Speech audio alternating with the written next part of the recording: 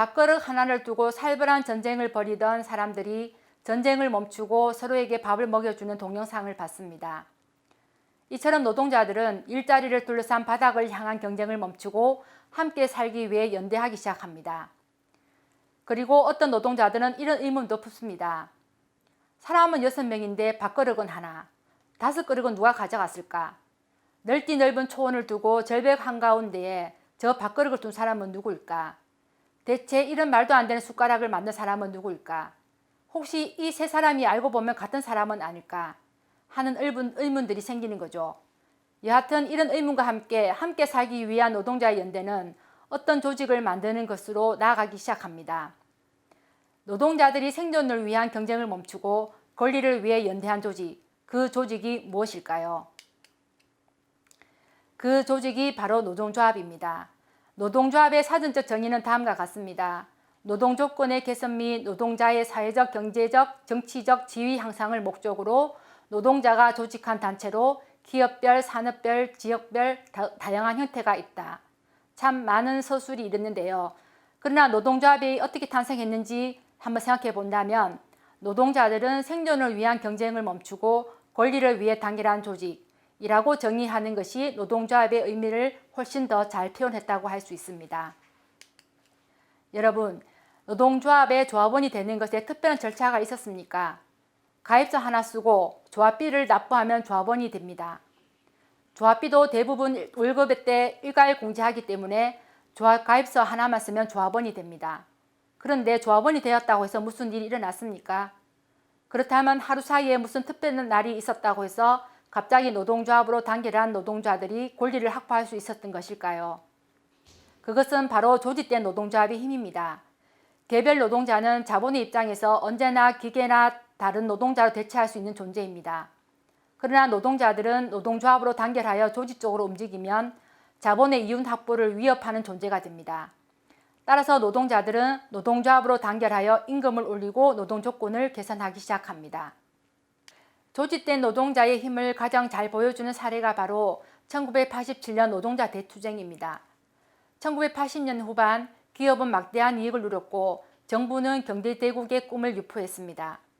기업의 임금 인상 여력이 충분했음에도 국가와 자본은 억압적인 노무 관리를 통해 임금을 억제하는 정책을 고수했습니다. 그러나 노동자들은 최저 수준의 생활비에도 못 미치는 저임금과 장시간 노동에 시달렸으며 노동 현장은 관리자가 두발 검사를 하고 노동자들의 조인트를 까는 억압적인 노무 관리를 일상화하게 되었습니다. 87년 7월 5일 울산을 시작으로 전국의 노동자들은 임금 인상과 노동 3권 보장 등을 요구하며 투쟁에 나섰습니다. 노동자 대투쟁을 통해 노동자들은 평균 임금의 17%의 임금 인상, 노동자 간 임금 격차를 축소하고 노동조건 개선 등의 쟁취를 했을 뿐 아니라 노동조합의 조직률도 기하급수적으로 상승하게 되었습니다. 노동조합이 일터의 민주주의를 쟁취하고 보장받을 수 있는 가장 효과적인 조직임을 노동자 스스로가 깨닫는 사건이 됩니다. 노동자들이 노동조합으로 단결하여 임금을 인상하고 노동조건을 개선하는 등 노동자의 권리를 쟁취하는 것은 자본에게는 자신들이 가져가야 할 이윤이 줄어들게 됩니다. 당연히 자본은 이를 마냥 가만두고 있지 않습니다. 자본의 대응은 두 가지로 나타납니다. 하나는 직접적으로 노동자의 단결을 금지하는 것입니다. 단결금지법 등 노동조합 활동 자체를 금지하거나 최근 정부가 추천하고 있는 사업장 내 쟁의활동 금지 등의 노동계약처럼 노동자들의 단결을 어렵게 만드는 것입니다. 또 하나는 노동자 내부를 분할하여 노동자들이 노동자라는 이름으로 단결하기 어렵게 만드는 것입니다. 이러한 자본의 대응에 맞서 노동조합이 가만히 있지 않습니다. 노동조합의 역사는 바로 이러한 자본의 대응에 맞서는 투쟁의 역사이기도 합니다. 우선 자본의 지속적인 탄압에도 불구하고 노동자들은 투쟁을 해서 단결권, 단체 교섭권, 단체 행동권이라는 노동 3권의 법률로 제정하게 됩니다. 그 과정에서 많은 노동자들이 죽고 다치고 구속하는 등 큰 희생을 치러야 했습니다. 오늘날 우리가 합법적으로 노동조합을 단결할 수 있는 것은 수많은 노동자들의 투쟁 덕분임을 잊지 말아야 합니다. 앞에서 우리는 노동조합이 왜 탄생하게 되었는지, 조직된 노동자들의 힘이 무엇인지, 그리고 자본에 맞서는 노동조합의 투쟁에 대해서 살펴보았습니다. 여기에서 퀴즈가 또 하나 있습니다.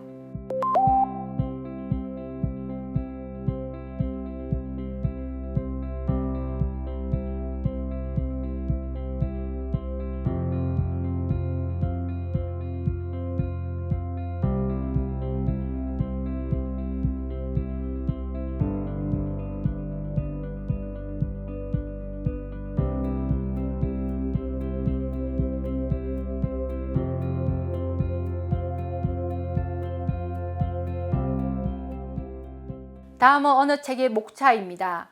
어떤 책일까요? 정답은 독일 교과서 중동 이과정 함께 행동의 목차입니다. 모의 노사관계를 통해서 노동권의 근거, 고용계약의 주요 내용과 단체 협약에 대해서 공부합니다. 한국에서 고등학생이 학교에서 이런 내용의 수업을 받는다면 어떻게 될까요? 여러분은 학창시절을 되돌아 봅시다. 여러분의 중3 시절 친구들의 얼굴을 한번 떠올려 봅시다. 그 중에서 현재 노동자가 아닌 사람은 얼마나 있습니까? 아마도 대부분 노동자로 살고 있을 것입니다. 대부분 노동자가 될 학생들에게 노동자란 어떤 존재인지, 노동자의 권리는 무엇인지, 노동조합은 어떤 조직인지, 단체 협상은 무엇인지, 노동쟁의는 어떻게 하는 것이 알려주고 공부하게 하는 것이 당연한 것이 아닐까요? 그러나 한국 사회의 학교에서는 노동자, 노동조합에 대해 교육하지 않을 뿐 아니라 왜곡된 이미지만 심어주고 있습니다. 언론기사 제목에서 보이는 것처럼 한국 사회 주요 언론에서 노동조합은 국가 경쟁력을 갉아먹는 해도노마 집단 이기주의 집단입니다.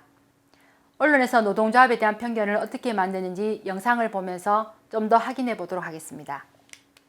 언론들이 노사 갈등을 다룰 때 노조를 약의 축으로 만드는 세 가지 패턴이 있다. 이렇게들 이야기를 합니다. 교수님. 그러니까 우리가 흔히 프레임이라는 표현을 쓰죠. 그러니까 틀짓기 방식이라고 하는데 가장 중요한 거는 노조에 대한 거부감을 만들고 공포감을 만드는 그런 방향에서 이제 폭력적이다라는 것. 노조의 단체 행동이나 노조의 행동 자체가 대단히 폭력적이다. 두 번째로는 노조가 자신의 어떤 노동권의 영역을 벗어나서 다른 시민들에게나 다른 부분에 피해를 준다. 그래서 민폐를 끼친다라고 하는 것.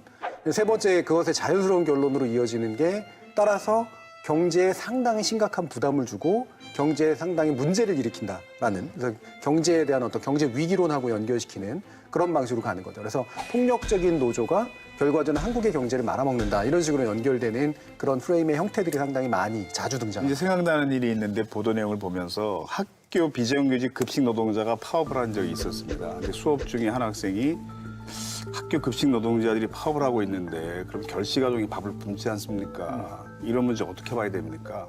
굉장히 착하고 정의로운 학생이에요. 그래서 제가 뭐라고 설명을 했냐면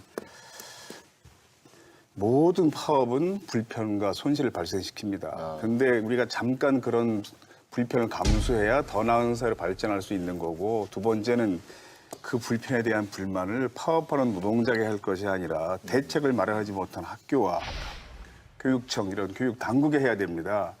그러니까 노동자의 파업으로 불편이 발생할 수 있는데 다른 나라들에서는 그 불편에 대한 불만을 노동자들에게 하지 않고 파업을 발생시키게 한 경영자들에게 가서 따집니다. 그래야 사회가 발전하거든요. 그래서 청소 노동자가 파업을 하면 다른 나라는 의뢰 시민들이 쓰레기를 모아서 시장 집 앞에 가서 버리는 운동을 벌여요.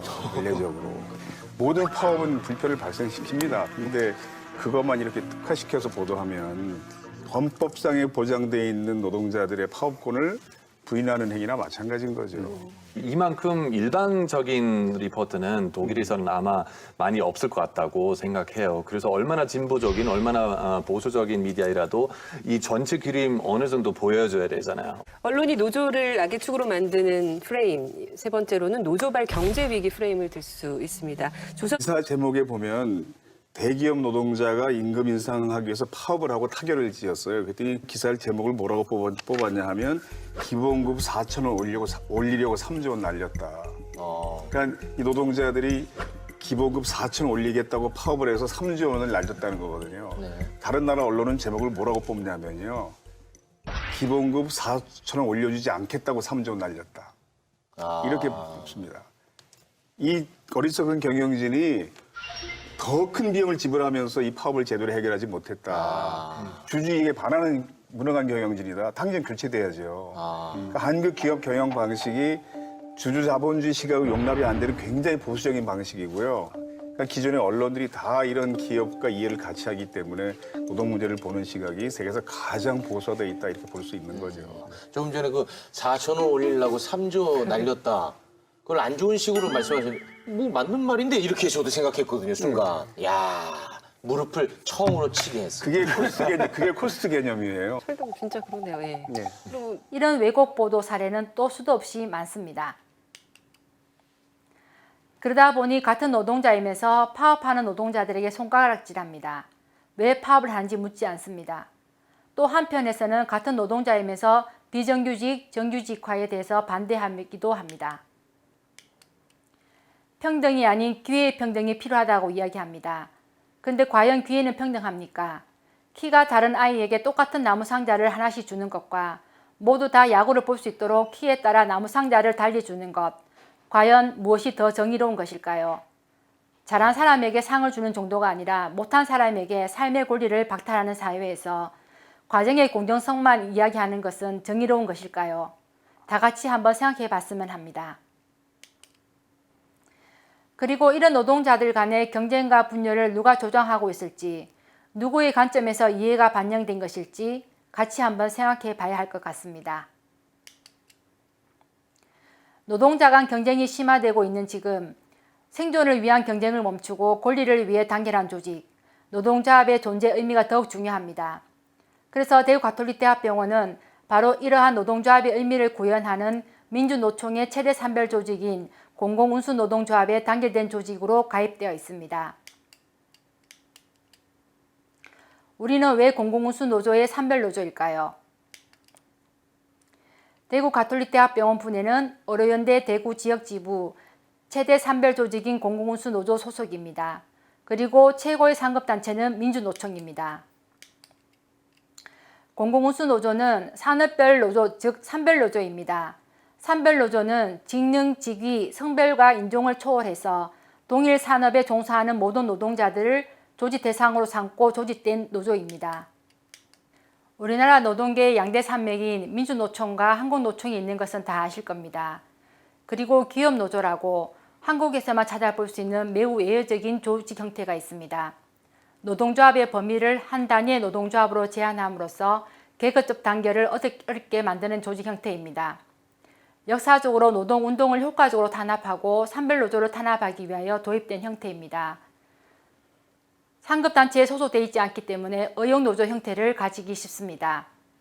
한국노총과 기업노조는 의용노조로 투쟁하지 않고 사용자와 협상하는 조직이라면 민주노총의 산별노조인 공공운수노조는 자본과 정권으로부터 독립성을 가지고 조합원들의 자발적 참여를 촉진하며 아래로부터 위로 모아지는 민주적 의사결정 방식을 보장하고 자본주의 사회를 넘어서기 위해 투쟁과 연대를 하는 조직입니다. 처음 시작할 때 노동자의 눈으로 세상을 보기 위한 교육을 한다고 했습니다. 그동안 우리는 노동자이지만 노동자의 눈이 아닌 애매한 입장에서 어떻게 직장 생활을 할지 몰라 했었습니다. 이젠 정확히 노동자의 입장에서 어떤 대상을 어떻게 바라보고 행동해야 할지 생각하게 될 것입니다. 노동조합은 답이 없는 직장 생활에 답을 찾아가는 길이 될 것입니다. 이상으로 조합원 교육을 마치겠습니다. 수고하셨습니다.